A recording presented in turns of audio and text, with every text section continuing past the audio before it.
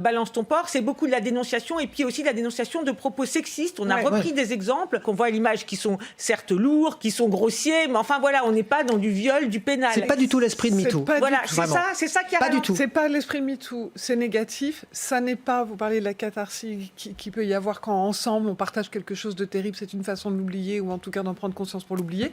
Là, ça n'est pas soulageant. En fait, vous n'êtes pas en soutien avec les autres. Dans MeToo, je partage, j'ai de la sororité ou... enfin voilà, là, pas du tout. Et ensuite, il ne faut pas oublier que malheureusement, ce monsieur qui a gagné son procès a été peu... enfin voilà, on ne l'a pas blanchi pour autant, mais laisse une trace qui est... Quand on dénonce, ça... Voilà, c'est violent, c'est compliqué.